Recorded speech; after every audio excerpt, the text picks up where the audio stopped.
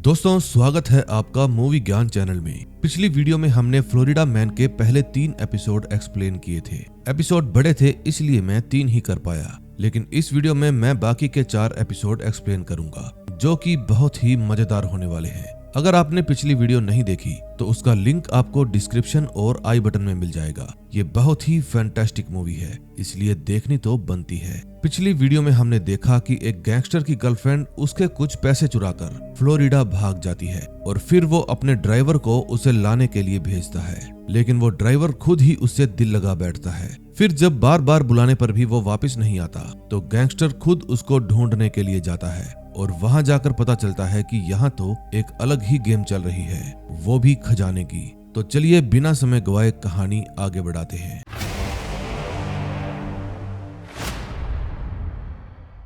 Fourth episode में हम देखते हैं डेली को किसी बूढ़े के रोने की आवाज आती है। फिर वो उस रूम में झांकने लगती है जहां से वो आवाज आ रही थी और देखती है कि वहां पर जंजीरों से एक बूढ़ा बंधा हुआ है। इतने में वो ठेकेदार भी वहां पर पहुंच जाता है और कहता है कि माइक का मैसेज आया था, काम शुरू हो गया है। फिर डॉन कहता है कि हमें इस जंजीर को ट्रक से बांधना होगा। फिर वो आदमी कहता है बता देना, 1 घंटे तक मैं यहीं हूँ, जो मर्जी करवा लो। फिर जब वो आदमी क्रेन पर चढ़ने लगता है तो डॉन कहता है कि एक बार सोना हाथ लग जाए फिर मैं अपने लिए पोर्शे कार खरीदूंगा। अब सोने का नाम सुनकर वो आदमी कहता है क्या बोले तुम, सोना? डॉन कहता है मेरी उम्र हो गई है, मैं कुछ भी बक देता हूँ। फिर ठेकेदार कहता है कि अचानक से मुझे 1 घंटे के $1000 कम लगने लगे हैं। इतने में चर्च के अंदर सिक्योरिटी गार्ड डेली के लिए कुकी लेकर आता है और बताता है कि अक्सर ये घर से भाग जाते हैं, फिर इनको ढूंढ ढूंढ कर लाना पड़ता है, इसीलिए मैंने इनको बांधा हुआ है। लोग कहते हैं इनको वृद्ध आश्रम में छोड़ाओ, लेकिन ये मेरे पापा हैं, मैं ऐसा नहीं कर सकता और मुझे भी इनके साथ वक्त बिताना अच्छा लगता है। दूसरी तरफ डॉन अपनी गन निकाल लेता है और कहता है क्रेन में जाओ और अपना काम करो। फिर वो आदमी कहता है ऐसे खिलौने बाजार में बहुत बिकते हैं, लेकिन इसको चलाने के लिए जो जिगरा चाहिए वो मर्द का बच्चा। लेकिन उसकी बात पूरी सुने बिना ही डॉन उसको ठोक देता है। फिर डॉन के हाथों से जंजीर छूट जाती है और वो जंजीर उस आदमी के पांव से लिपटकर उसको भी पानी में खींच कर ले जाती है। उस गोली की आवाज डेली और सिक्योरिटी गार्ड भी सुन लेते हैं। फिर जानबूझकर उसका ध्यान भटकाने के लिए डेली कहती है कि मुझे वॉशरूम जाना है। इतने में माइक और सोनी भी पानी से बाहर आ जाते हैं। फिर उनके पूछने पर डॉन बताता है कि ये साला मुझे पुलिस की धमकी दे रहा था, इसलिए मैंने इसको ठोक दिया। फिर सोनी उसको शांत करवाता है और कहता है देखो भाई, लाश तो खुद ब खुद ठिकाने लग गई। लेकिन इतने में वो लाश पानी के ऊपर आ जाती है। फिर डॉन कहता है मैं डुबकी लगाकर इस लाश को पोर्शे कार की डिग्गी में रख दूंगा और कुछ दिन में वो लोग यहाँ पर कंक्रीट भर देंगे, किसी को भी इसके बारे में पता नहीं चलेगा। फिर सोनी कहता है विल तुम ट्रक मेरे आदमी के पास ले जाओ और काम शुरू करो। तभी माइक कहता है आप लोग जो चाहे कीजिए, मैं जगह साफ करने के लिए सामान लाता हूँ। फिर वो वहां से चला जाता है। तभी बाथरूम के अंदर से डेली माइक को क्वेश्चन मार्क का मैसेज करती है। फिर माइक का रिप्लाई आता है गार्ड को रोको, क्योंकि यहाँ पर गोली चली है। अब डेली सोच में पड़ जाती है कि वो किस तरह से गार्ड को रोके। अगले सीन में हम देखते हैं मॉस अपने पापा के फ्रेंड के पास फोन करता है जिनका नाम डच था और कहता है कि आपको अभी जाकर माइक को ढूंढना होगा, वो मेरा फोन नहीं उठा रहा, पता लगाओ कि वो फ्लोरिडा में क्या कर रहा है। दूसरी तरफ माइक अपने होटल में जाकर सफाई का सामान उठाने लगता है, लेकिन तभी पीछे से होटल की मालकिन आ जाती है और उसकी कमर पर वाइपर का डंडा लगाकर कहती है हिले तो गोली मार दूंगी। माइक कहता है मैं आपको जगाना नहीं चाहता था। फिर वो कहती है ये काम मेरा है, सफाई मैं करूंगी। माइक कहता है ये मेरी मुसीबत है और मैं ही इसको दूर करूंगा। फिर ओनर कहती है अगर तुमसे थोड़ा सा भी सबूत छूट गया तो पुलिस ढूंढती हुई यहाँ पर भी आ जाएगी और मैं किसी मुसीबत में फंसना नहीं चाहती। तुम ये बताओ सफाई के बदले मुझे क्या मिलेगा। दूसरी तरफ वे तीनों बॉडी को अच्छे से पैक कर देते हैं, लेकिन इतने में वहां पर पुलिस आ जाती है। फिर माइक वहां पर आकर डेली के पास फोन करता है, लेकिन इतने में वो भी वहां पर आ जाती है। फिर सोनी बताता है कि तुम्हारी गर्लफ्रेंड ने एक बूढ़े के लिए 911 पर कॉल करके हेल्प मांगी, इसीलिए पुलिस वहां पर आ गई, यहाँ पर नहीं। फिर सोनी क्लीनर को देखकर पूछता है अब कहानी में ये नया कैरेक्टर कौन है। माइक कहता है ये सारे सबूत मिटा देगी, इसको बस थोड़े बहुत कैश रुपए देने होंगे। फिर अपना काम निपटाकर माइक अपनी गर्लफ्रेंड और क्लीनर को वापस होटल में ले जाता है। फिर होटल रूम में जाकर वे दोनों अकड़ बकड़ बम्बे बो खेलते हैं। फिर अगले दिन माइक अपने पापा से मिलने जाता है और कहता है कि हमें वो काम आज रात ही पूरा करना होगा। लेकिन उसके पापा कहते हैं अब तुम जल्दबाजी मत करो क्योंकि यहाँ पर एक खून हुआ है। अब ये सारा मामला तुम मुझे संभालने दो। अब हम ट्रक को निकालने के लिए एयर बैग का इस्तेमाल करेंगे, फिर उसको चर्च तक लेकर जाएंगे और वहाँ पर उसको खाली कर देंगे। खाली करने के बाद हम उसको वापस से पानी में फेंक देंगे। क्यों, है ना एकदम मस्त प्लान। माइक को भी ये प्लान सही लगता है। फिर वो जाकर ये प्लान डेली को बताता है। डेली कहती है बस एक और दिन, इसके बाद हम यहाँ से हमेशा के लिए चले जाएंगे। तभी हम देखते हैं डच भी होटल में पहुंच जाता है और ओनर से जाकर पूछता है कि क्या माइक वैलेंटाइन यहीं पर रुका हुआ है। ओनर बताता है रूम नंबर 2 में है। फिर उसकी वाइफ वहां पर आती है और कहती है वो चेकआउट कर गया। फिर डच पूछता है क्या उसने कुछ बताया कि वो कहां पर जा रहा है, लेकिन वे दोनों मना कर देते हैं। फिर डच की निगाहें की वाले बोर्ड पर पड़ती है और वो देखता है कि 2 नंबर को छोड़कर बाकी सभी रूम की चाबियां यहाँ पर लटकी हुई हैं। फिर वो समझ जाता है कि माइक अभी अपने रूम में ही है। फिर वो थैंक यू कहकर वहां से बाहर चला जाता है। तभी ओनर अपनी वाइफ से पूछता है कि तुमने उस गंजे को झूठ क्यों बोला।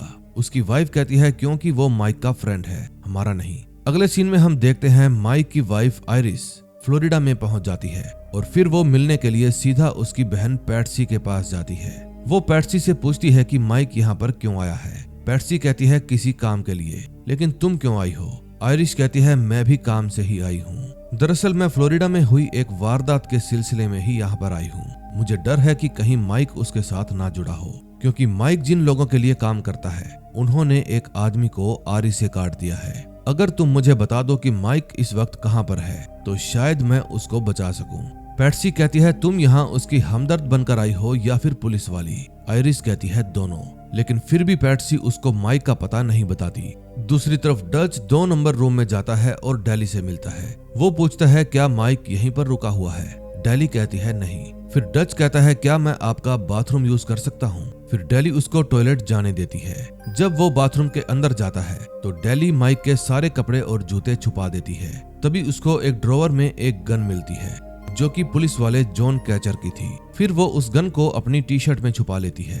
इतने में डच भी बाहर आ जाता है और शीशे में देख लेता है कि ये लड़की अपने पीछे एक गन छुपाए हुए है। फिर वो ये कहकर वहां से चला जाता है कि अपने पति को कहना कभी भी बूढ़ा ना हो, क्योंकि सुसु कंट्रोल नहीं होता। अगले सीन में हम देखते हैं जॉन कैचर पुलिस से बचता बचाता एक वॉशिंग हाउस में जाता है और वहां जाकर एक मशीन में से अपने लिए कुछ कपड़े चुरा लेता है। तभी वहां पर उस जगह की मालकिन आ जाती है और पूछती है तुम क्या कर रहे हो। जॉन कहता है मैं तो बस ये कपड़े ले रहा हूँ क्योंकि मुझे अपने बच्चों के पास जाना है। हम बहुत खर्चा करके यहाँ पर डिज्नी वर्ल्ड देखने आए थे, लेकिन एक गलतफहमी के चलते पुलिस वालों ने मुझे पकड़ लिया। फिर वो लेडी कहती है ये कपड़े तुम रख लो। फिर वो उस लेडी से कुछ पैसे भी उधार मांगता है ताकि अपनी फैमिली के पास फोन कर सके, लेकिन उसकी खराब किस्मत फोन करते समय फोन की तार ही निकल जाती है। फिर वो गुस्से में फोन वहीं पर पटक देता है। दूसरी तरफ माइक के पास उसकी बहन का फोन आता है और वो बताती है कि आयरिस तुमको ढूंढती हुई यहाँ भी आ गई है। फिर वो ये बात अपने पापा को बताता है। तभी डच मॉस के पास फोन करता है और कहता है कि तुम्हारे कहने पर मैंने यहाँ पर आकर माइक को बहुत ढूंढा, लेकिन वो मुझे नहीं मिला। यहाँ पर गर्मी बहुत है, इसलिए अब मैं वापस अपने घर जा रहा हूँ और दोबारा मुझे ऐसे टेढ़े मेढ़े काम करने को मत कहना। तभी उसकी नजर माइक पर पड़ जाती है और वो कहता है तुम फोन रखो, मैं बाद में बात करता हूँ। तभी कुछ देर बाद आयरिस भी गिल फ्रैंको की बोट को ढूंढते हुए पार्किंग तक पहुंच जाती है। उस समय सोनी का कोलीग विल भी उसी जगह पर था और एयर बैलून लेकर बोट पर ही जा रहा था। फिर वहां जाकर आयरिस गिल फ्रैंको की बोट की तस्वीर देखकर बोट को पहचान जाती है और फिर जाती है वहां के डॉक मास्टर ऑफिस में। फिर अंदर जाकर आयरिस बताती है कि मैं डिटेक्टिव हूँ और मुझे यहाँ के सिक्योरिटी कैमरास की फुटेज देखनी है। दूसरी तरफ माइक अपनी बहन से मिलने के लिए जाता है। फिर उसकी बहन कहती है कि तुम जब 12 साल के थे तब यहाँ से भाग गए और अब काफी सालों बाद वापस आए हो, तो मैं तुम्हें कहीं नहीं जाने दूंगी। मैं कुछ भी करूंगी कि तुम यहाँ से वापस ना जाओ। फिर माइक उससे जेसन के बारे में पूछता है जो हॉस्पिटल में एडमिट था। उसकी बहन बताती है कि उसकी हालत गंभीर है, वो डेफिनेटली मर जाएगा। माइक कहता है जिस लड़की की मौत हुई थी हमें उसका इल्जाम किसी न किसी पर तो डालना ही होगा। अगर वो लड़का मर गया तो हम उस लड़की की मौत का इल्जाम उस पर ही डाल देंगे, वरना वो इल्जाम मेरे सिर पर आएगा। दरअसल ये डेली की बात कर रहा था क्योंकि दुनिया की नजरों में वो मर चुकी थी क्योंकि उस बेवकूफ ने अपनी मौत का नाटक रचाया था। फिर जब वो वहां से जाने लगता है तो कोई कार उसका पीछा करने लगती है। इतने में उसके पापा का फोन आ जाता है और वो कहते हैं कि अगर तुम चाहते हो कि काम आज रात ही हो जाए तो सीधा मेरे पास आ जाओ। फिर माइक कहता है कोई बूढ़ा मेरा पीछा कर रहा है, बस एक बार उससे पीछा छूट जाए तो मैं सीधा आपके पास आ जाऊंगा। फिर वो अपने पापा को उस कार का नंबर देता है और कहता है कि इसकी डिटेल निकलवाइए। फिर सोनी अपने दोस्त एंडी के पास फोन करता है और उसे कार का नंबर बताकर कहता है जल्दी इसका पता लगा कर दो। लेकिन एंडी कहता है पहले तुम मुझे ये बताओ कि उस दिन मैंने जो तुम्हें स्केच दिखाया था क्या वो तुम्हारे बेटे का था। फिर काफी सोचने के बाद सोनी कहता है नहीं। फिर एंडी कहता है तो ठीक है, मैं भी तुम्हारा काम नहीं करूंगा। तभी कुछ देर बाद माइक अपने पापा के पास पहुंच जाता है और पूछता है क्या आपको उस गाड़ी के बारे में कुछ पता चला। डेली कहती है वो गाड़ी डच की है, डच मॉस के पापा के लिए काम करता था। आज वो तुम्हें ढूंढते हुए अपने होटल में भी आया था। फिर माइक पूछता है क्या उसने तुम्हें पहचान लिया। डेली कहती है लगता तो नहीं है। फिर माइक बताता है कि उसने मेरा पीछा शुरू किया पैट्सी के घर से। इसका मतलब वो जानता है कि वहाँ पर कौन रहता है। फिर सोनी कहता है इसका मतलब उसको टपकाना पड़ेगा।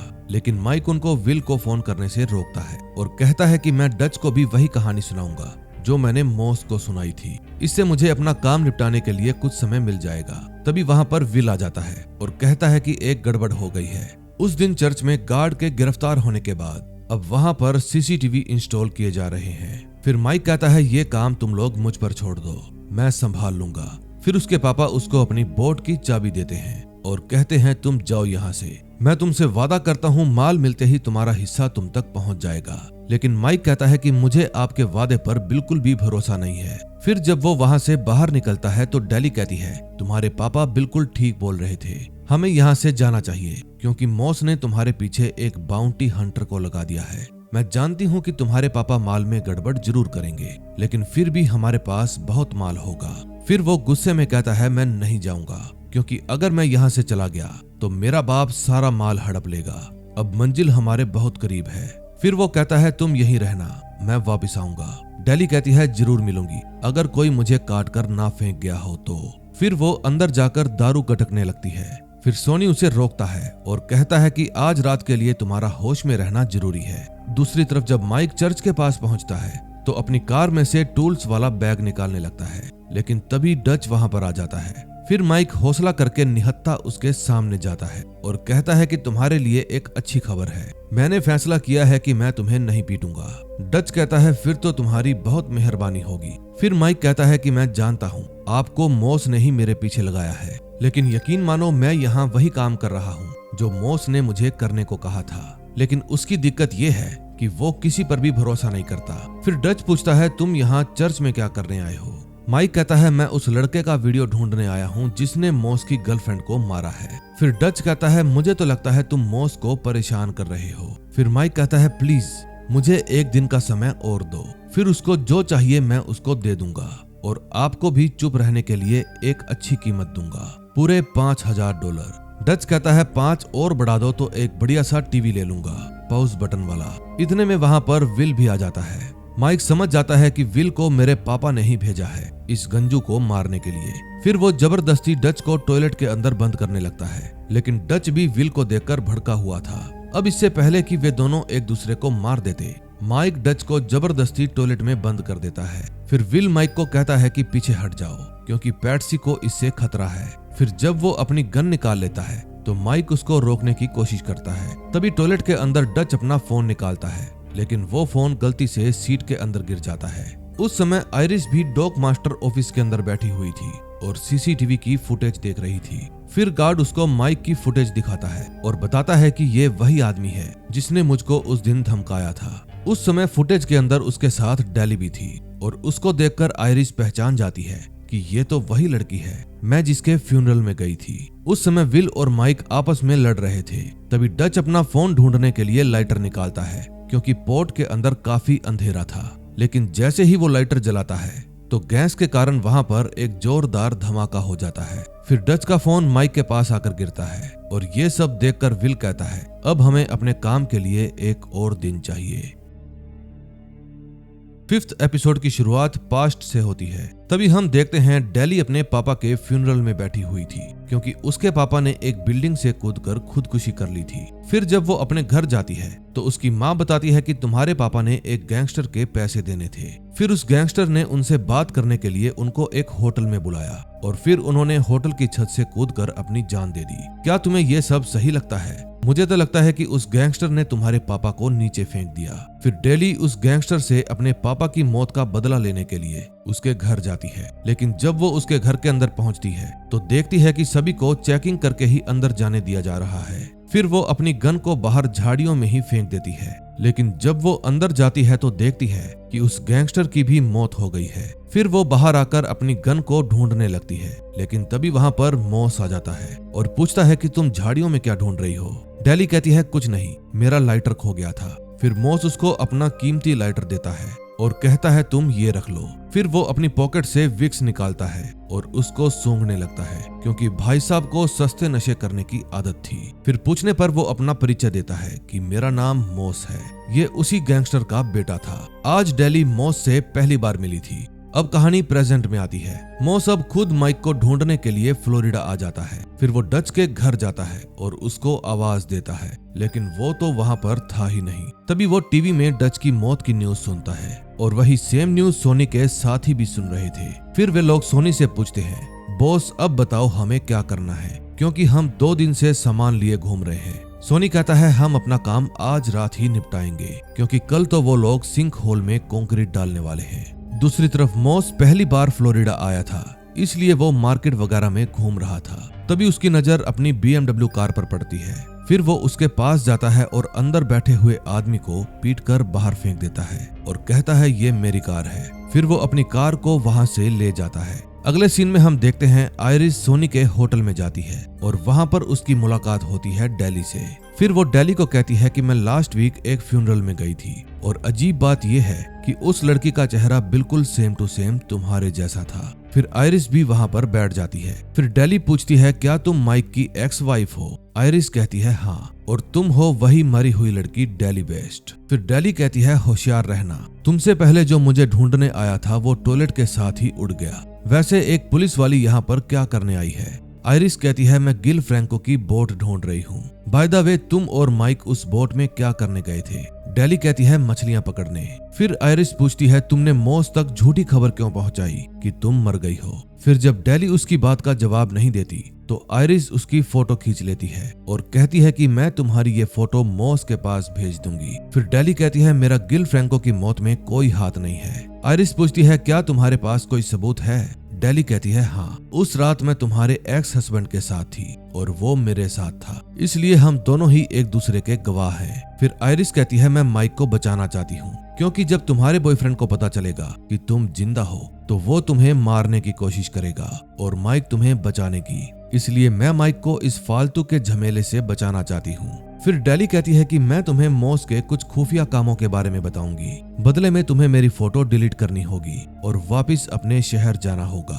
दूसरी तरफ जब होटल की मालकिन जो कि क्लीनर भी थी माइक के रूम की सफाई कर रही थी तो तस्वीर के पीछे से एक पेन ड्राइव नीचे गिरती है। फिर वो उस पेन ड्राइव को उठाकर अपने पास रख लेती है, ये सोचकर कि जरूर इसमें कुछ काम की चीजें होंगी। इतने में मॉस भी वहां पर पहुंच जाता है और होटल ओनर से पूछता है क्या माइक वैलेंटाइन यहीं पर रहता है? ओनर कहता है प्राइवेसी के चलते हम आपको जानकारी नहीं दे सकते कि यहाँ पर कौन रहता है कौन नहीं। फिर मॉस वेंडिंग मशीन के अंदर से एक कोल्ड ड्रिंक निकालता है और ओनर के सिर पर दे मारता है। फिर मार खाने के बाद वो बता देता है कि माइक 2 नंबर रूम में रुका हुआ है। फिर ओनर अपनी वाइफ के पास जाता है और कहता है तुम सही थी, माइक वैलेंटाइन का हमारे होटल में आना सही नहीं है। फिर वो पूछता है कि हमारा बेटा सैमुअल कहाँ है? उस समय सैमुअल मॉस के साथ था। फिर मॉस उसके पास पड़ा हुआ सिक्का उठाकर पूछता है ये तुम्हें कहाँ से मिला? फिर वो लड़का कहता है कि ये मैंने 2 नंबर रूम से उठाया है, मैं इसे वापस वहीं पर रख दूंगा। लेकिन मॉस कहता है इसे मैं खुद रख दूंगा और ध्यान रहे चोरी करना बुरी बात है। तभी उसकी माँ वहां पर आती है और कहती है जल्दी मेरे पास आओ। दरअसल वो डरी हुई थी कहीं मॉस सैमुअल को कोई नुकसान ना पहुंचा दे। दूसरी तरफ पैट्सी जेसन के पास जाती है जो कि वही एम्बुलेंस वाला लड़का था। फिर वो उसकी माँ को कहती है कि अगर आप इजाजत दें तो जेसन के ऑर्गन्स दूसरों के काम आ सकते हैं। लेकिन उसकी माँ कहती है कि मेरा बेटा बचपन से ही स्लो था, ये हर चीज बहुत ही देर से सीखता था, लेकिन सीख जाता था। चाहे मेरा बेटा कोमा में है, इसके वापस सही होने के चांस भी 0 हैं, लेकिन मुझे पूरा विश्वास है कि ये दोबारा से ठीक होगा। फिर जाते जाते पैट्सी कहती है, आपका बेटा मरने के बाद भी दूसरों की जान बचाएगा, ये हीरो कहलाएगा। एक माँ का फर्ज होता है अपने बेटे की जरूरत को पूरा करना, और इस वक्त इसकी जरूरत है इस बेजान शरीर से छुटकारा पाना। दरअसल ये जेसन को अपने भाई के लिए ठिकाने लगाना चाहती थी, ताकि डेली की मौत का इल्जाम इस पर डाल सके।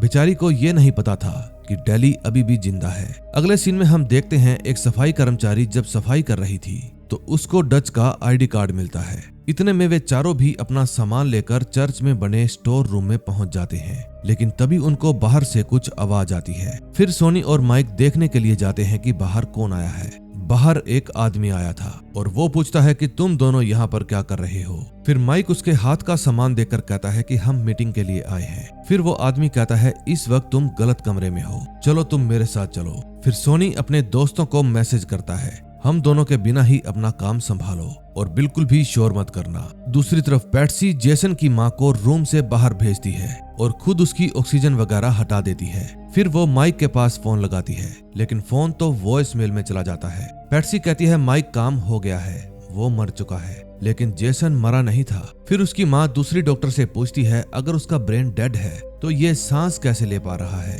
फिर डॉक्टर कहती है, जब तक इसकी बॉडी के बाकी ऑर्गन्स फेल नहीं हो जाएं, ये सांस ले सकता है, शायद कुछ और दिनों तक। फिर उसकी माँ कहती है, फिर तो मैं इंतजार करूंगी, शायद कोई चमत्कार हो जाए। फिर कुछ देर बाद जेसन की मॉम पैट्सी को कहती है कि मैं अभी आती हूँ। फिर उनके जाने के बाद पैट्सी माइक के पास फिर से फोन करती है, लेकिन फोन अभी भी ऑफ था। फिर वो मैसेज छोड़ती है, जल्दी कॉल करो, क्योंकि तुमने कहा था अगर वो बच गया तो तुम फंस जाओगे। वो बच गया है। दूसरी तरफ प्रोफेसर माइक और उसके पिता को कहता है, यहाँ पर फोन अलाउड नहीं है, कृपया इनको टोकरी में डाल दीजिए। फिर प्रोफेसर कहता है कि सबसे पहले हम नए मेहमानों को बोलने का मौका देंगे। फिर माइक उनको अपनी स्टोरी सुनाता है और बताता है कि मेरी मॉम को कैंसर था, इसलिए वो मर गई। मेरी माँ बहुत ही स्ट्रॉन्ग लेडी थी, वो कैंसर से लड़ रही थी, लेकिन एक दिन जब मैं फुटबॉल खेलकर अपने घर पहुंचा तो देखा कि उन्होंने खुद को गोली मार ली थी। उस समय घर पर कोई नहीं था, मेरे डैड काम पर गए थे। फिर मैंने 911 पर कॉल किया, वो आए और मेरी मॉम को ले गए और बस घर में सिर्फ मैं ही बचा था अपनी माँ के सिर के टुकड़े को इकट्ठा करने के लिए, ताकि मेरी बहन जब घर आए तो वो उन्हें ना देख सके। मेरी बहन तो अब तक यही सोच रही है कि मॉम की मौत कैंसर के बिगड़ जाने की वजह से हुई थी। उसे ये नहीं पता कि मॉम ने डैड की गन से अपना भेजा उड़ा लिया था। मेरे डैड की गन हमेशा लॉक में रहती थी, लेकिन उस दिन नहीं थी। फिर जब इन्वेस्टिगेशन ऑफिसर ने वो गन मेरे डैड को ला कर दी तो उन्होंने फिर से उसको बॉक्स में रखकर लॉक लगा दिया। मेरी मॉम के जाने के बाद मेरे डैड ने उनकी हर एक चीज से अपना मुंह मोड़ लिया। सबके डैड उनके हीरो होते हैं, लेकिन 12 साल की उम्र में मैं समझ गया था कि मेरे डैड विलेन है। फिर माइक की स्टोरी सुनने के बाद सोनी कहता है, मुझे भी अपने दिल की बात कहनी है। ये कितनी अजीब बात है कि मेरी वाइफ को भी कैंसर था। बेइंतहा दर्द ने उसकी हिम्मत तोड़ दी थी और वो अपना दर्द बच्चों से छुपा रही थी। तभी प्रोफेसर के साथ बैठी लेडी कहती है, ये दोनों बाप बेटा है क्या? प्रोफेसर कहता है, हाँ, चुप हो जाओ। सोनी कहता है, मेरी वाइफ ने इतना दर्द सहा कि वो हर रोज मौत की दुआ मांगती थी। मैंने सारी जिंदगी अपनी वाइफ को ही चाहा है और मरते दम तक चाहता रहूंगा। मैं हर रोज उसको तड़पती हुई नहीं देख सकता था। फिर एक दिन मैंने उसकी ख्वाहिश पूरी कर दी। मैं जानबूझकर अपनी गन घर पर छोड़ गया। मैं कई दिनों से खुद को इस काम के लिए स्ट्रॉन्ग बना रहा था, क्योंकि मैं जानता था जब मैं घर पर लौटूंगा तो वो मुझे जिंदा नहीं मिलेगी। फिर माइक कहता है, उनको मैंने मरा हुआ देखा था, आप तो उस दिन घर पर ही नहीं आए। फिर सोनी चिल्लाकर कहता है, तो क्या मैं घर जाकर उसको मरा हुआ देखता? ये दुनिया तुम्हारे हिसाब से नहीं चलती। तुमने अपनी माँ की मौत की नींव बनाकर मुझसे नफरत का एक मजबूत किला बनाया और उसमें कैद हो गए, क्योंकि जिस बात का तुम्हें मुझसे दुख बांटना चाहिए था तुम उसी से दूर होते गए। तुम्हें अपने बाप का गुनाह दिखा, लेकिन अपनी माँ का दर्द भरा फैसला नहीं दिखा। वो मेरे हाथों से मरना चाहती थी क्योंकि मैं मजबूत दिल का हूँ, लेकिन उसे नहीं पता था कि मैं कमजोर हूँ। मैंने हमेशा चाहा कि तुम वो करो जो तुम्हारा दिल चाहे। मैंने कभी तुम पर अपने फैसले थोपने नहीं चाहे। मैं वो घड़ा हूँ जो टूट सकता है लेकिन बदल नहीं सकता। अब मेरी बात खत्म हो गई है। तभी वहाँ से बाहर निकलकर माइक अपना फोन चेक करता है और देखता है कि डेली के कई बार मिस कॉल आई हुई है। फिर पैट्सी ने भी उसको कई बार फोन किया है, लेकिन वो किसी के पास भी बैक कॉल नहीं करता।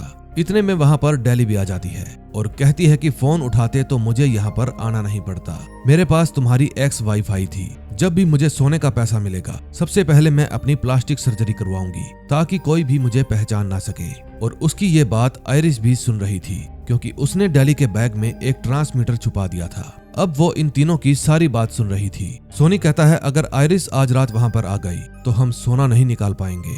फिर डेली कहती है तुम मुझे रूम की चाबी दो ताकि मैं उसे एक पेन ड्राइव दूं और वो यहाँ से चली जाए। फिर माइक उसको रूम की चाबी दे देता है और वो वहाँ से चली जाती है। फिर वो अपनी वाइफ के पास फोन करता है और कहता है कि मुझे पता लगा है कि तुम फ्लोरिडा में हो, क्यों ना आज हम कहीं पर मिले। फिर कुछ देर बाद वे दोनों एक बीच पर मिलते हैं। पूछने पर माइक बताता है कि मैंने गिल फ्रैंको को नहीं मारा। फिर वो पूछती है तुम्हें उसकी बोट में क्या मिला। माइक कहता है राइफल केसेस, लेकिन उनमें राइफल नहीं थी। उस समय आयरिस की आंखों से साफ साफ पता चल रहा था कि वो अब भी माइक को कितना प्यार करती है। तभी उसके पास होटल की मालकिन क्लारा का फोन आता है और वो बताती है कि तुम्हारी तलाश में एक आदमी आया है और उस मेंटल ने मेरे हस्बैंड का सिर भी फोड़ दिया और अगर हम हॉस्पिटल में गए तो डिपोर्ट हो जाएंगे। वो एक सिरफिरा आदमी है जो सारा दिन विक्स सूंघता रहता है। इतने में डेली भी रूम के अंदर पहुंच जाती है और तस्वीर के पीछे देखती है, लेकिन वहां पर पेन ड्राइव थी ही नहीं। फिर वो अपना पूरा रूम छान मारती है, अपने बैग भी चेक करती है, लेकिन पेन ड्राइव उसको कहीं भी नहीं मिलती। तभी उसे अपने बैग में से एक पार्किंग स्लिप मिलती है। फिर स्लिप को देखकर उसको याद आता है कि ये स्लिप उसको मॉस के रूम में मिली थी और फिर वो समझ जाती है कि जिस दिन मेरे पापा की मौत हुई मॉस ही उनसे मिलने गया था और उसी ने मेरे पापा को छत से नीचे फेंक दिया। फिर उसने सोते वक्त मॉस को मारने का फैसला किया, लेकिन नहीं मार पाई। फिर उसी रात उसने मॉस की तिजोरी खोली और उसमें से सारा पैसा उठाया और साथ में एक पेन ड्राइव भी। तभी उसे टेबल के नीचे एक सोने का सिक्का भी पड़ा हुआ मिला। फिर जाते जाते उसने वो भी उठा लिया, लेकिन तभी प्रेजेंट में मॉस उसके रूम में आ जाता है। दूसरी तरफ पैट्सी अभी भी माइक के फोन का इंतजार कर रही थी, लेकिन उसका फोन नहीं आता। फिर वो हौसला करके टेडी उठाती है और उससे जेसन को मारने का फैसला करती है। अब नेक्स्ट एपिसोड में देखेंगे क्या होता है। 6th एपिसोड में हम देखते हैं मॉस माइक और उसकी फैमिली के साथ बैठकर डिनर कर रहा था। अब ये चमत्कार कैसे हुआ, इसके लिए हम चलते हैं 8 घंटे पीछे। दरअसल जब डेली अपने रूम में थी तो मॉस उसके पास आता है और उस पर गन तान कर कहता है कि मैं तुम्हारा शानदार फ्यूनरल बर्बाद नहीं होने दूंगा। इतने में माइक भी वहां पर आ जाता है और होटल ओनर से पूछता है कि कहां पर है वो आदमी। ओनर कहता है कि रूम नंबर 4 में है। फिर क्लारा कहती है जल्दी उसको यहाँ से दफा करो और खुद भी चले जाओ। फिर वो अपने रूम में जाता है और अपनी गन ढूंढने लगता है, लेकिन उसे अपनी गन नहीं मिलती। फिर वो ओनर से पूछता है क्या तुम्हारे पास कोई गन है। क्लारा कहती है हाँ। फिर माइक कहता है वो मुझे चाहिए और बदले में मैं तुम्हें 1000 एक्स्ट्रा दूंगा। फिर क्लारा उसको अपने रूम में ले जाती है और दीवार के पीछे से एक गन निकाल कर देती है। फिर माइक कहता है जल्दी से पुलिस को फोन करो, लेकिन ओनर कहता है नहीं कर सकते क्योंकि हमने इस होटल पर कब्जा किया है। पिछले साल जब तूफान आया था तो इसका मालिक इसको छोड़कर ओहायो चला गया और हम लोग उस समय यहीं पर काम किया करते थे। फिर हमने इस होटल को अपना बना लिया। हमारे पास इमिग्रेशन पेपर नहीं है, इसलिए हम लोग छुप कर यहाँ पर रह रहे हैं। उस समय रूम के अंदर डेली पूछती है कि तुमने मेरे पापा को बिल्डिंग से नीचे क्यों फेंका।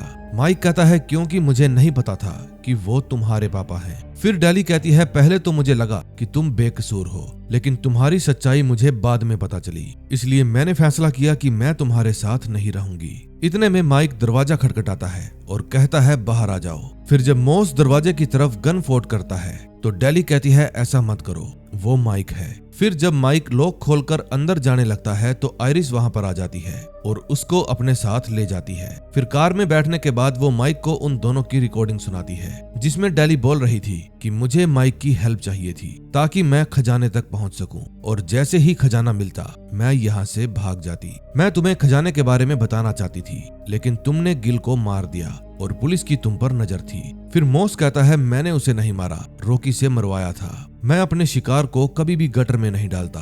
फिर डेली उसे कहती है ये मामला $10 करोड़ का है और एक बार वो खजाना हमें मिल जाए तो कोई भी तुम्हें ताने नहीं देगा कि तुम्हारे पास जो कुछ भी है वो तुम्हारे पापा का है। मॉस कहता है लोगों की माँ की आंख। कौन कहता है मेरे बारे में ऐसा? डेली कहती है तुम्हारी बहन। फिर मॉस कहता है कि तुमने मेरी तिजोरी से जो ड्राइव चुराई थी वो मुझे वापस दो, उसमें मेरे खिलाफ कुछ सबूत हैं, मैं फंस सकता हूँ। लेकिन डेली कहती है वो मेरे पास नहीं है, शायद मिसप्लेस हो गई। फिर वो पूछती है क्या तुम मुझे मारने आए थे? मोस कहता है मुझे तो पता भी नहीं था कि तुम जिंदा हो, मैं तो यहाँ माइक को मारने आया था और मार के ही जाऊंगा। फिर डेली कहती है तुम्हें थोड़ा सा सब्र रखना होगा, मैं ये सब हमारे लिए ही कर रही हूँ। आज रात काम हो जाने के बाद तुम्हारा जैसे मन करे उसको मार देना। फिर रिकॉर्डिंग बंद करने के बाद माइक पूछता है तुमने ये माइक कब लगाया? आयरिस कहती है आज सुबह जब हम मिले थे। तुमने सुना कि डेली तुम्हें धोखा दे रही है?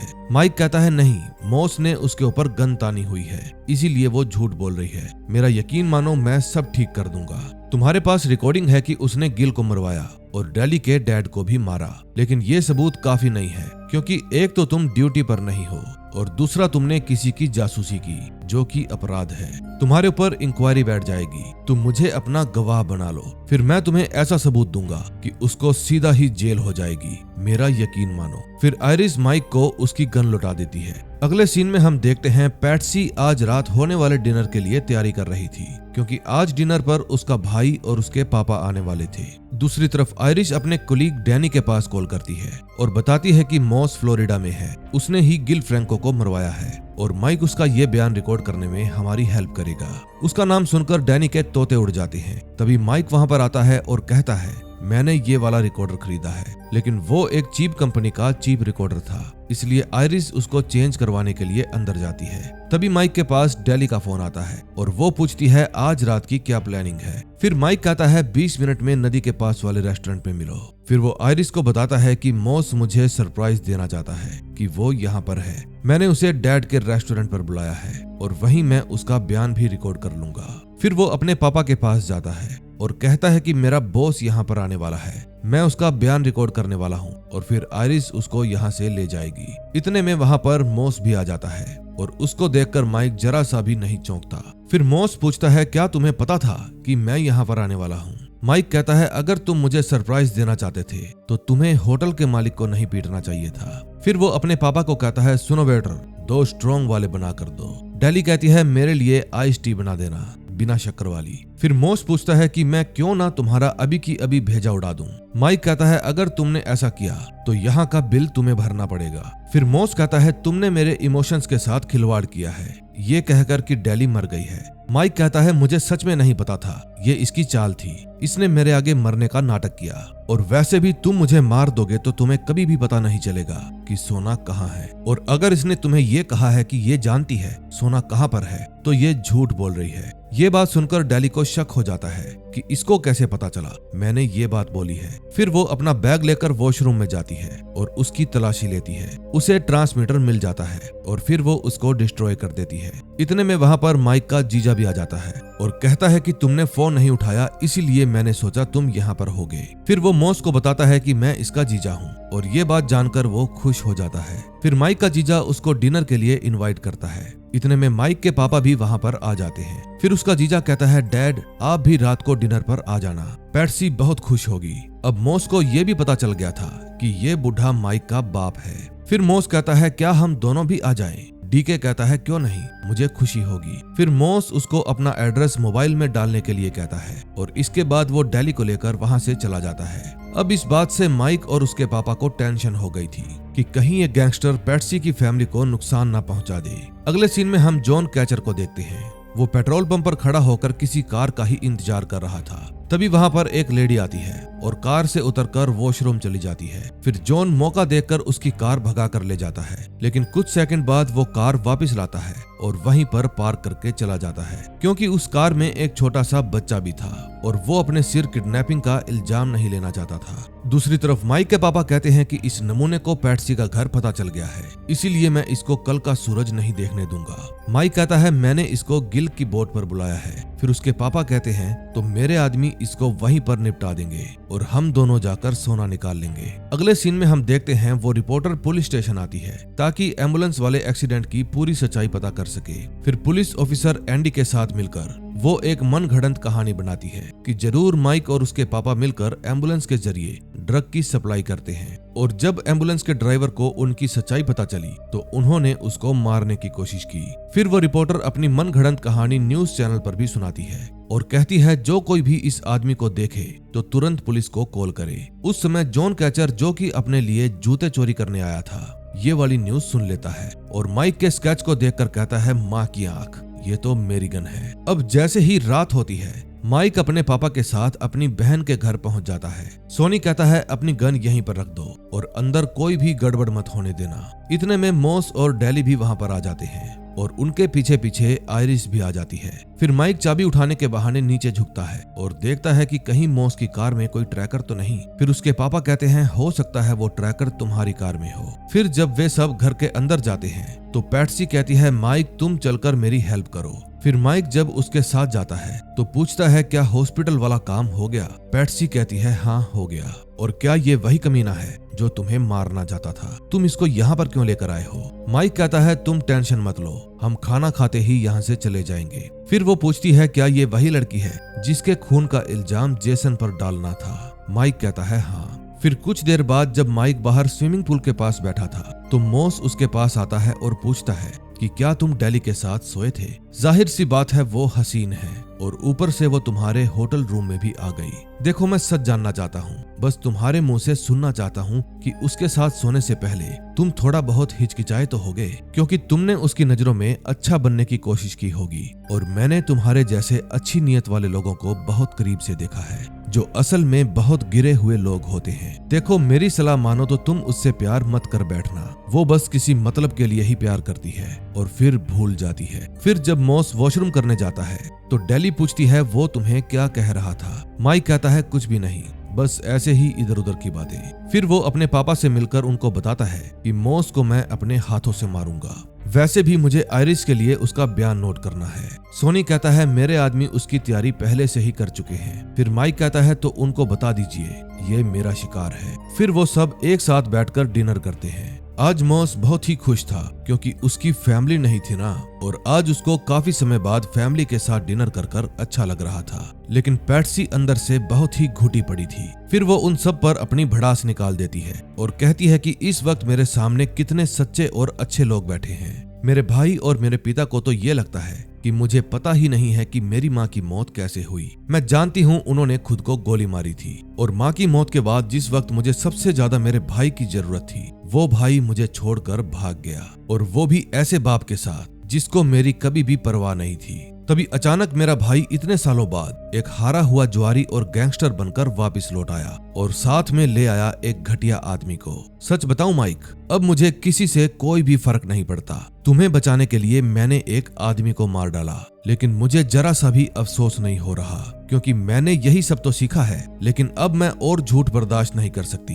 फिर वो अपने हस्बैंड को कहती है कि मैंने आपके दोस्त की पार्टी में एक आदमी के साथ एक्स किया था। ये बात सुनकर उसका पति हंसने लगता है या फिर रोने लगता है, पता नहीं क्या करने लगता है, लेकिन ये बात उसकी बेटी भी सुन लेती है। फिर वो ये कहकर अपने रूम में चली जाती है कि अब मुझे तोता लेने से कोई नहीं रोक सकता।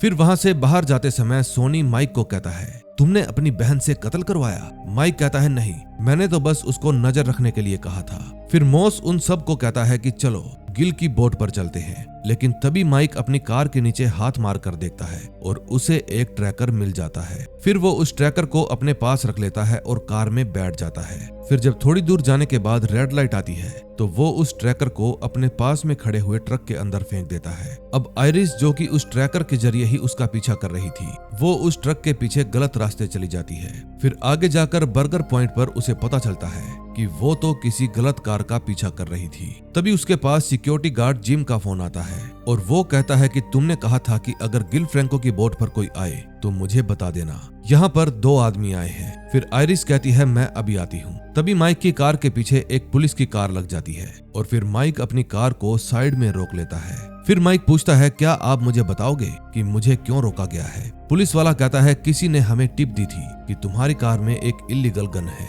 फिर वे पुलिस वाले उसको गिरफ्तार कर लेते हैं। उस समय सोनी भी उसके पास से गुजर रहा था और मॉस और डेली भी। हो ना हो इन तीनों में से ही किसी ने इसको फंसाया है। दूसरी तरफ आयरिस भी बोट के पास पहुंच जाती है। फिर सोनी के बंदे उसको देख लेते हैं और छुप जाते हैं। तभी डॉन और बिल आयरिस के ऊपर अंधाधुंध गोलियां बरसाने लगते हैं और आयरिस भी गोली का जवाब गोली से ही देती है, लेकिन अनफॉर्चुनेटली एक गोली बिल और एक गोली आयरिस को लग जाती है। अब लास्ट एपिसोड में देखेंगे क्या होता है। लास्ट एपिसोड की शुरुआत पास्ट से होती है। समय है 1715 का और जगह है फ्लोरिडा के पास समुद्र का किनारा। तभी हम देखते हैं कि एक जहाज में एक कैप्टन कहीं से सोना लूट कर ला रहा था। फिर वो अपने जहाज के सिक्योरिटी इंचार्ज को कहता है, क्यों ना हम ये सोना अपने राजा को देने के बजाय आपस में ही बांट लें। लेकिन ओर्टिज कहता है, अगर हमने ऐसा किया तो हम गद्दार कहलाएंगे और मैं ये बात बिल्कुल भी बर्दाश्त नहीं करूंगा और आपको भी ये काम नहीं करने दूंगा। फिर कैप्टन उसके पेट में चाकू घोंप देता है। तभी वहां जोर का तूफान आने लगता है। समुद्र में उथल पुथल मच जाती है और उनका जहाज वहीं पर डूब जाता है। जहाज में मौजूद सारा सोना भी वहीं समुद्र में ही बिखर जाता है। अब कहानी प्रेजेंट में आती है। गोलीबारी होने के कारण विल तो मर जाता है, लेकिन आयरिस अभी भी जिंदा थी। तभी जिम उसके पास भागता हुआ आता है और कहता है, थोड़ी हिम्मत रखिए, एम्बुलेंस आती ही होगी। फिर वो आयरिस का फोन उठाता है और उसको अनलॉक करके माइक को फोन करता है, लेकिन माइक तो इस समय लॉकअप के अंदर बंद था। फिर वो जोर जोर से चिल्लाता है कि मैं एक फोन करना चाहता हूँ, ये मेरा हक है। तभी वहां पर एक मोटा सा पुलिस वाला आता है और साथ में लाता है माइक के पापा को। फिर माइक उनसे पूछता है कि आप किस जुर्म में आए हैं। सोनी बताता है कि मेरे पुराने दोस्त एंडी ने मुझे उस आदमी की मौत के जुर्म में फंसा दिया जो टॉयलेट के अंदर मरा था और उसी की वजह से मॉस हमारे हाथ से निकल गया। लेकिन तुम घबराओ मत, मैंने पैट्सी को फोन करके कह दिया है कि हमें यहाँ से बाहर निकालो। माइक पूछता है, तो वो क्या बोली? सोनी कहता है, उसने फोन नहीं उठाया। फिर माइक अपने पिता पर भड़कने लगता है क्योंकि उन्होंने ही माइक को अंदर करवाया था। सोनी कहता है, मैंने तुम्हें इसलिए पकड़वाया ताकि तुम मॉस का खून ना कर सको। मैं नहीं चाहता तुम इतना बड़ा गुनाह करो, क्योंकि एक पब्लिक टॉयलेट में खुद उड़ जाना और एक गन लेकर किसी को जानबूझकर मार देना, दोनों में फर्क होता है। तभी वहां एक पुलिस वाला आता है और कहता है, चलो वैलेंटाइन, तुम्हारी जमानत हो गई। सोनी कहता है, चलो मैं चलता हूँ, काम निपटने के बाद मैं तुम्हें भी छुड़वा लूंगा। लेकिन पुलिस वाला कहता है, तुम यहीं रुको, माइक को बोल रहा हूँ। फिर बाहर जाते ही वो सबसे पहले अपने फोन में आए हुए वॉइस मेल चेक करता है और उनको सुनता है। उसे पता चलता है कि आयरिस को गोली लगी है और उसको हॉस्पिटल ले जाया गया है। लेकिन तभी वहां पर मॉस प्रकट हो जाता है और कहता है कि जमानत के लिए मुझे थैंक यू कहने की कोई जरूरत नहीं। माइक कहता है, मुझे जाने दो, मुझे हॉस्पिटल जाना है। मॉस कहता है, गोली मारूंगा तो खुद ब खुद हॉस्पिटल पहुंच जाओगे, इसलिए पहले चलकर तुम काम निपटाओ। फिर वो डेली को कहता है कि इस लंगूर को बोलो मुझे हॉस्पिटल जाने दे। फिर मॉस कहता है, तुम वहां जाकर करोगे क्या तुम्हें आयरिस का इलाज करना है? नहीं ना, तो ये लो चाबी और पहले की तरह मेरी कार ड्राइव करो। तभी हम देखते हैं कि जॉन कैचर चुपके से एक बस में से निकलकर बाहर आता है क्योंकि वो अपनी फैमिली के पास जाना चाहता था। लेकिन तभी उसकी नजर माइक पर पड़ती है और उसे पता था कि माइक के पास ही उसकी गन है। फिर उसको देखकर वो बहुत खुश हो जाता है। दूसरी तरफ एंडी सोनी से मिलने आता है और कहता है, सॉरी पहले नहीं आ पाया क्योंकि मैं तुम दोनों बाप बेटा को एक साथ जेल में देखना चाहता था। माइक कहता है, पर्सनल दुश्मनी बाद में निकाल लेना, अभी मुझे जाने दो। लेकिन एंडी कहता है, ऐसा मौका बार बार नहीं मिलता, आपने मेरी फीलिंग्स को बहुत हर्ट किया है, आप मेरे सामने ही काले कारनामे करते रहे, कम से कम मुझसे छुपाने की कोशिश तो करते। मेरा एहसान मानिए, मैंने आपको पहले अंदर नहीं किया। फिर सोनी कहता है, डच की मौत एक हादसा थी जो खुद बेखुद हुआ। फिर एंडी उसे एक फोटो दिखाकर पूछता है, क्या तुम इसको जानते हो? ये वही आदमी है जो उस दिन एम्बुलेंस चोरी करके भागा था। फिर जब हमने इसको पकड़ा और पूछताछ की तो इसने अपने सप्लायर का नाम बताया। फिर हमने सप्लायर को पकड़ा और उसने बताया कि वो तुम्हारी बोट में माल सप्लाई करता है। देखा तुमने कैसे एक छोटी सी मछली एक बड़े मगरमच्छ को खा गई। अगले सीन में हम देखते हैं माइक डेली और अपने बॉस को लेकर एक होटल में कुछ सामान लेने जाता है। उस समय वहां नीचे पानी बिखरा हुआ था। फिर मॉस कहता है, जरा संभल कर, अगर फिसल गए तो काम अधूरा रह जाएगा। फिर माइक तालाब के अंदर जाता है और उस ट्रक के चारों तरफ बैलून बांध देता है। फिर जब वो बाहर आकर कंप्रेसर ऑन करने लगता है तो मॉस कहता है, रुको, मैं ऑन करूंगा, वरना तुम कहोगे कि मैंने कुछ भी काम नहीं किया। फिर कंप्रेसर ऑन होते ही बैलून्स के अंदर हवा भरनी शुरू हो जाती है और धीरे धीरे ट्रक ऊपर आने लगता है। अब उन सब की खुशी का ठिकाना नहीं था क्योंकि बहुत जल्द वे करोड़पति होने वाले थे, सिवाय मॉस के, क्योंकि वो पहले से ही करोड़पति था। फिर वे ट्रक को किनारे पर खींच लेते हैं, लेकिन माइक उसको खोलने की बजाय अपना चाकू निकालता है और बैलून्स को फोड़ने की धमकी देता है। फिर उसका बॉस कहता है, ऐसा बिल्कुल मत करना, वरना मैं तुम्हें गोली मार दूंगा। फिर माइक पूछता है पहले ये बताओ कि हम इस माल को कैसे बांटेंगे। मोस कहता है बांटेंगे से क्या मतलब है, ये सारा माल मैं रखूंगा और बदले में तुम्हें जीने दूंगा। मैं तुम्हें उतना ही सोना दूंगा जितनी तुम्हें मेरी उधार चुकानी है और फिर मैं उसको वापस ले लूंगा, तभी तो तुम्हारी उधार चुकता होगी और ऐसा करने पर तुम और तुम्हारी फैमिली दोनों ही सेफ रहोगे, ये मेरा वादा है। फिर माइक अपना चाकू फेंक देता है और ट्रक को खोलने लगता है, लेकिन ट्रक को देखकर उन सब के होश उड़ जाते हैं क्योंकि वो ट्रक एकदम खाली था। ये देखकर मोस पागलों की तरह हंसने लगता है और कहता है ऐसा करो भाई, ये सारा सोना तुम ले जाओ, लेकिन बदले में तुम्हें अपना सारा उधार चुकाना पड़ेगा, वरना तुम्हारा भी गिल के जैसा हाल होगा। फिर जैसे ही बकबक करते समय उसका ध्यान डैली की तरफ होता है तो माइक उसके हाथ से गन छीनने की कोशिश करता है। फिर उन दोनों में तगड़ी वाली हाथापाई हो जाती है, लेकिन मोस माइक को पीटकर वो गन फिर से उठा लेता है। अब वो फिर से अपनी बकबक शुरू कर देता है, लेकिन तभी पीछे से डैली गोली मारकर उसकी हत्या कर देती है। इसीलिए कहते हैं कि ज्यादा बोलने वाला बंदा अपनी कब्र आप खोदता है। फिर डैली दुखी हो जाती है और माइक पर गुस्सा करने लगती है कि तुमने मुझे जानबूझकर मरने के लिए इसके साथ छोड़ दिया। माइक कहता है मैंने सोचा तुम इसके साथ मिली हुई हो और काम खत्म होने के बाद मुझे मारना चाहती हो। डैली कहती है अगर तुम ये बात सोचते हो तो तुम बहुत बड़े भूतिया हो। तभी वहां पर जॉन कैचर प्रकट हो जाता है और उसको देखते ही डैली उस पर गन तान देती है। फिर जॉन कहता है हिलना मत, लेकिन डैली कहती है गन तो मेरे हाथ में है, ये डायलॉग मैं बोलूंगी। जॉन कहता है वो गन मेरी है इसलिए मुझे दे दो। माइक कहता है ये सही कह रहा है, मैंने इसी की गन चुराई थी। फिर जॉन कहता है देखो मेरी गन मुझे दे दो और मुझे कोई फर्क नहीं पड़ता कि इस आदमी को किसने मारा। बस यूं समझ लो कि मैंने कुछ दिनों में ही उन लोगों की जिंदगी को गहराई से समझ लिया है जिनको समाज कभी भी नहीं अपनाता। देखो मुझे मेरी गन चाहिए। ऐसा नहीं है कि मेरे पास गन नहीं थी, लेकिन वो मर्डर वेपन थी और उसके कारण मैं फंस गया। मैं वादा करता हूँ अपनी गन लेकर यहाँ से चला जाऊंगा और जिंदगी में तुम लोगों को कभी भी दोबारा नहीं मिलूंगा। फिर माइक कहता है सर लेकिन अब तो ये गन भी मर्डर वेपन बन गई है और इसमें से एक गोली भी कम है। वैसे गोली इसके सर के आर पार हो गई थी, इसलिए आपको वो गोली उठा लेनी चाहिए। फिर माइक जॉन को गोली ढूंढ कर देता है और बदले में उससे हेल्प मांगता है। फिर वे दोनों मोस की बॉडी को ट्रक के अंदर रख देते हैं और फिर उसका दरवाजा बंद करके ट्रक को हमेशा के लिए डुबो देते हैं। अब शायद ये ट्रक कभी भी बाहर नहीं आएगा क्योंकि कल इस जगह पर कंक्रीट भर दी जाएगी और अंदर का सामान अंदर ही रह जाएगा। फिर डैली जॉन को उसकी गन लौटा देती है। फिर गन हाथ में आते ही जॉन उन दोनों पर अपनी गन फोड़ कर देता है और कहता है मुझे घर जाने के लिए कुछ पैसे चाहिए। फिर वो उनसे कुछ पैसे लेकर वहां से चला जाता है। फिर डैली कहती है अब हमें फ्लोरिडा से चले जाना चाहिए, लेकिन माइक कहता है मुझे आयरिस का हालचाल पूछने के लिए हॉस्पिटल जाना है क्योंकि उसको मेरी वजह से ही गोली लगी थी और मुझे उसे मोस का कन्फेशन भी देना है।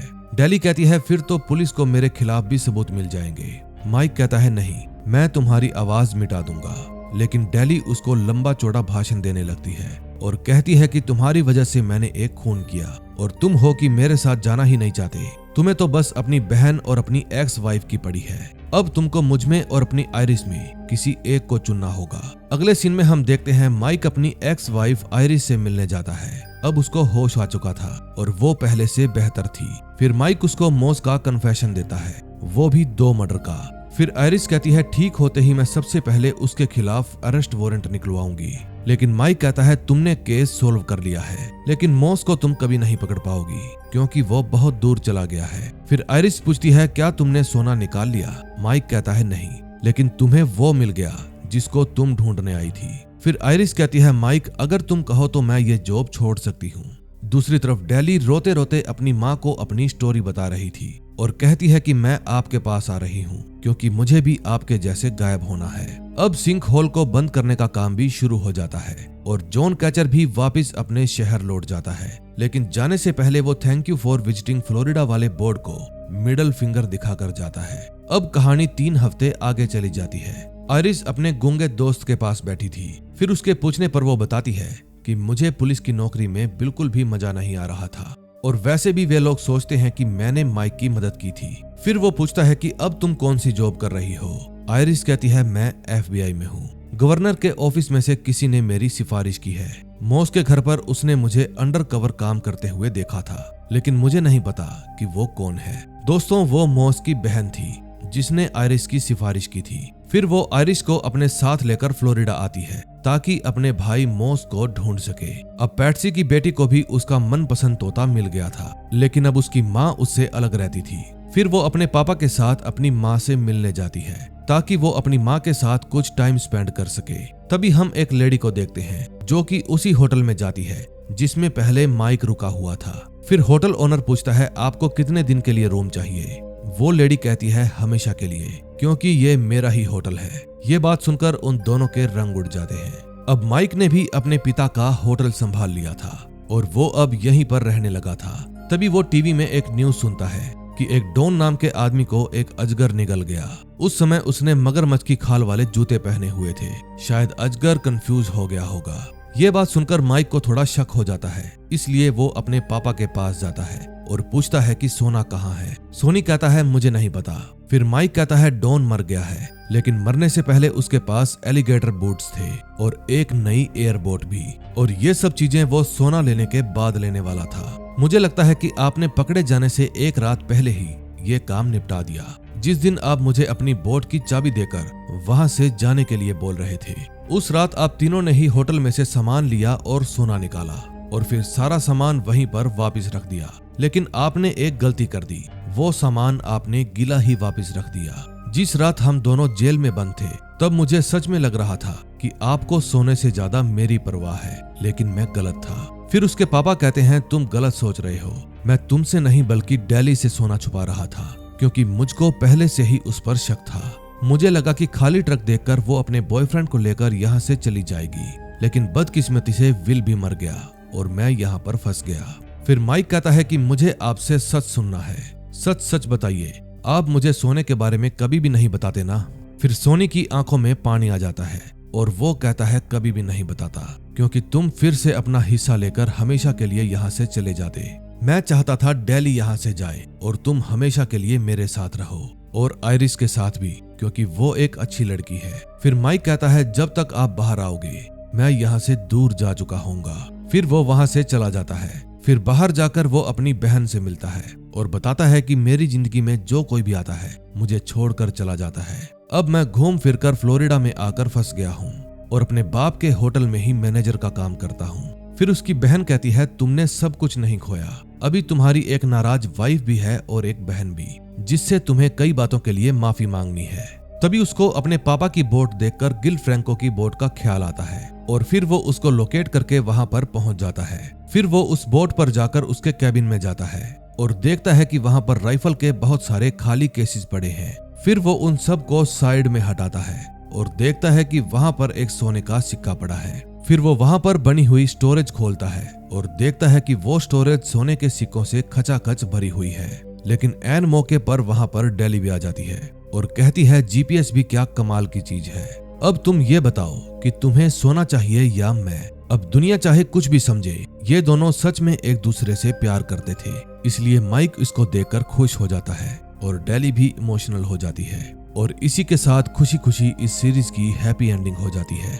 दोस्तों, मुझे लगता है कि इस सीरीज को बनाने वाले ने बहुत ही खूबसूरत ढंग से इसको बनाया है। इसमें प्यार भी है, तकरार भी है, और सबसे बड़ी बात एक पिता का प्यार है जो दुनिया को दिखाने के लिए तो बहुत स्ट्रॉन्ग है, लेकिन अंदर से चाहता है कि उसका बेटा हमेशा के लिए उसके साथ रहे। दोस्तों, अगर आपको ये कहानी पसंद आई हो तो प्लीज वीडियो को लाइक करके चैनल को सब्सक्राइब कर दें और इस वीडियो को अपने दोस्तों के साथ शेयर जरूर करें। हम मिलेंगे ऐसी ही और मजेदार सीरीज के साथ। Till then, bye bye.